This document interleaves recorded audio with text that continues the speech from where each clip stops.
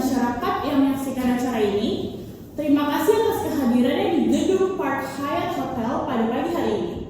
Hari ini kami ingin menyampaikan klarifikasi secara jujur dan terbuka mengenai langkah restrukturisasi organisasi yang sedang berjalan di perusahaan kami.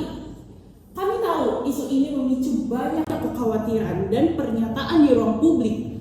Oleh karena itu, manajemen berkomitmen untuk membuka informasi secara transparan dan berimbang.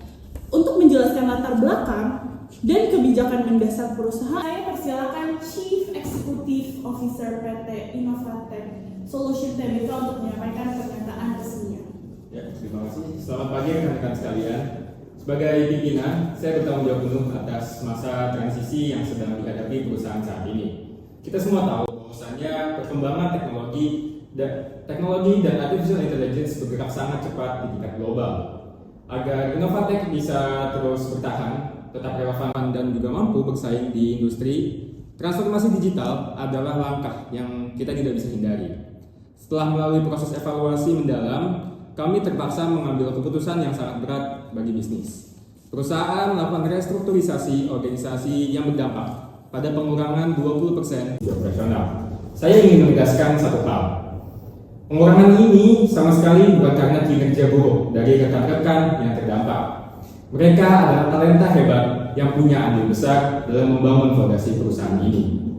Kebijakan ini mungkin terjadi karena efisiensi sistem baru yang membuat beberapa fungsionalitas kerja mengalami perubahan secara struktural.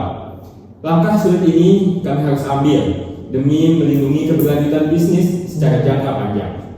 Sekaligus juga menjaga sisa 80% karyawan agar perusahaan tetap stabil. Mengenai pemenuhan hak dan juga perlindungan bagi karyawan yang terdampak akan dijelaskan langsung secara detail oleh VP Human Resource kami. Terima kasih. Ya, terima kasih Pak CEO. Selamat pagi rekan-rekan media. Melanjutkan apa yang disampaikan oleh CEO kami, bagi kami karyawan adalah prioritas utama. Kami memastikan seluruh proses transisi ini dilakukan secara transparan, manusiawi, dan sepenuhnya mematuhi hukum ketenagakerjaan yang berlaku di Indonesia. Kami tidak akan melepas tanggung jawab begitu saja.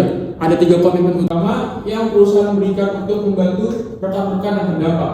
Yang pertama ada kompensasi finansial. Jadi seluruh hak pesangon, uang penghargaan masa kerja, dan penggantian hak dibayarkan secara penuh dengan nominal di atas standar minimal yang diatur oleh undang-undang. Yang kedua, perlindungan kesehatan. Kami tahu stabilitas kesehatan adalah hal krusial di masa transisi. Fasilitas asuransi kesehatan komersial bagi karyawan yang terdampak beserta keluarga intinya tetap diaktifkan dan ditanggung jawab penuh oleh perusahaan selama 6 bulan ke depan. Yang ketiga, program transisi karir. Kami tidak akan membiarkan rekan-rekan berjalan sendiri. Mulai minggu depan, kami bekerjasama dengan 3 konsultan karir eksternal terkemuka untuk mendampingi mereka lewat pendampingan penulisan resume profesional, simulasi wawancara kerja, hingga memberikan jalur prioritas rekomendasi ke jaringan perusahaan mitra kerja kami. Bagi karyawan yang bertahan, kami juga memberikan program pelatihan digital baru agar kapasitas kerja mereka meningkat dan siap bersinergi dengan sistem teknologi modern. Terima kasih, saya kembalikan ke juru bicara. Baik, terima kasih atas pemaparannya. Sekarang kita buka sesi tanya jawab untuk rekan-rekan media semua yang hadir pada hari ini ya. Mohon untuk menyebutkan nama media Anda sebelum bertanya. Saya mulai dari sisi kiri saya, silakan. Terima kasih atas kesempatannya. Saya Lina Askia dari Kompas Terkini. Pertanyaan ini saya langsung sampaikan kepada Bapak CEO. Publik melihat langkah Innovatech ini adalah bentuk nyata dari fenomena korporasi yang serakah. Anda menggunakan narasi efisiensi AI hanya sebagai kedok murah untuk melakukan pemangkasan biaya operasional demi menggenjot profitabilitas kuartalan dan menyenangkan investor. Sementara mengabaikan nasib ratusan kepala keluarga. Bagaimana Anda merespon sentimen negatif ini? Dan apakah ada jaminan bahwa skema PHK massal berbasis AI ini tidak akan menciptakan gelombang PHK susulan di divisi lain dalam waktu dekat? Terima kasih. Oke, sebelumnya terima kasih atas pertanyaannya yang sangat kritis dari rekan media Kompas Terkini. Saya memahami kekhawatiran dan juga sentimen tersebut berkembang di masyarakat sekarang ini. Namun, ini perlu saya luruskan. Langkah ini bukan untuk mengejar keuntungan. Ini adalah keputusan kami, keputusan defensif. Perusahaan ini bisa bertahan.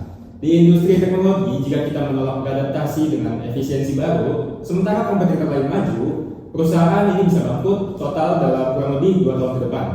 Jika itu terjadi, taruhannya adalah 100% karyawan kami kehilangan pekerjaan mereka. Ini adalah, menurut kami, ini adalah langkah penyelamatan bisnis, bukan sekedar keserakahan saja. Mengenai jaminan ke depannya, saya tegaskan di forum ini secara resmi bahwa restrukturisasi ini sudah selesai dan juga sudah final.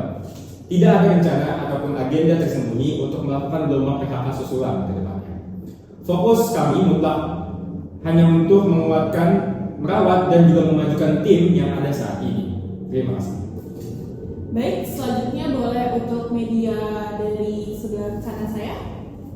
Baik, terima kasih atas waktunya. Saya Kai sebagai perwakilan dari Media Ekonomi Finance akan mengajukan pertanyaan kepada pihak HRD. Terdapat rumor yang beredar kuat di Serikat Pekerja bahwa proses sosialisasi kebijakan PHK ini dilakukan secara mendadak. Beberapa karyawan menyebutkan nama mereka masuk dalam daftar restrukturisasi melalui notifikasi email otomatis sistem yang masuk pada larut malam. Hanya beberapa jam sebelum pengumuman resmi hari ini. Bukankah metode komunikasi jarak jauh yang mendadak ini sangat mencederai prinsip kemanusiaan yang baru saja Anda klaim? Mohon klarifikasinya. Terima kasih. Terima kasih atas kesempatannya untuk meluruskan hal ini, rekan dari Finance. Ini penting agar tidak terjadi kesimpang siuran informasi. Saya tegaskan secara resmi bahwa rumor mengenai pemberitaan mendadak lewat email otomatis pada tahun itu sama sekali tidak benar. Sejak 2 minggu lalu, tim HRD telah melakukan pendekatan personal secara terhormat. Kami mengadakan pertemuan tatap muka langsung dengan setiap individu karyawan yang posisinya terdampak. Kami mengajak mereka berdialog, menjelaskan situasinya dengan baik, dan langsung memaparkan seluruh hak finansial mereka. Tidak ada yang diputuskan sepihak lewat sistem otomatis tanpa dialog kemanusiaan. Komitmen kami nyata, pintu konseling HRD kami buka 24 jam penuh untuk mendampingi rekan-rekan, baik secara psikologis maupun administratif selama masa transisi. Kami sangat menjaga martabat dan kenyamanan karyawan kami. Terima kasih. Baiklah, rekan-rekan media sekalian, mengingat keterbatasan waktu, kami rasa seluruh penjelasan hari ini sudah cukup jelas, padat, dan terbuka untuk meluruskan dinamika atau isu yang terjadi di masyarakat pada saat ini. Sebagai penutup, mewakili manajemen PT Innovatech Solution Tbk, kami menyampaikan permohonan maaf yang sebesar-besarnya kepada seluruh karyawan yang terdampak, keluarga mereka, serta masyarakat luas atas ketidaknyamanan di masa transisi yang sulit ini. Bagi kami, era AI bukan akhir dari peran manusia di industri, melainkan sebuah evolusi secara kita bekerja. Kami berkomitmen penuh mengawal masa depan rekan-rekan kami lewat program transisi karir yang sudah disiapkan secara matang. Kami optimis dengan langkah adaptasi yang bertanggung jawab ini, Innovatech akan tumbuh menjadi perusahaan yang lebih tangguh, sehat, dan siap menciptakan lapangan kerja baru yang lebih relevan di masa depan. Terima kasih atas kehadiran waktu dan perhatian rekan-rekan jurnalis pada pagi hari ini. Sekian dari kami. Selamat pagi.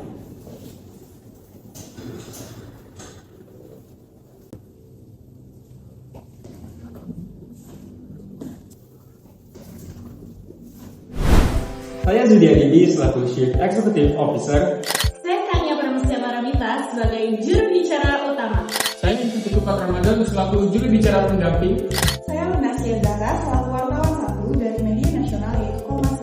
Saya Kanza Kailin selaku wartawan 2 Media Ekonomi dari Finance.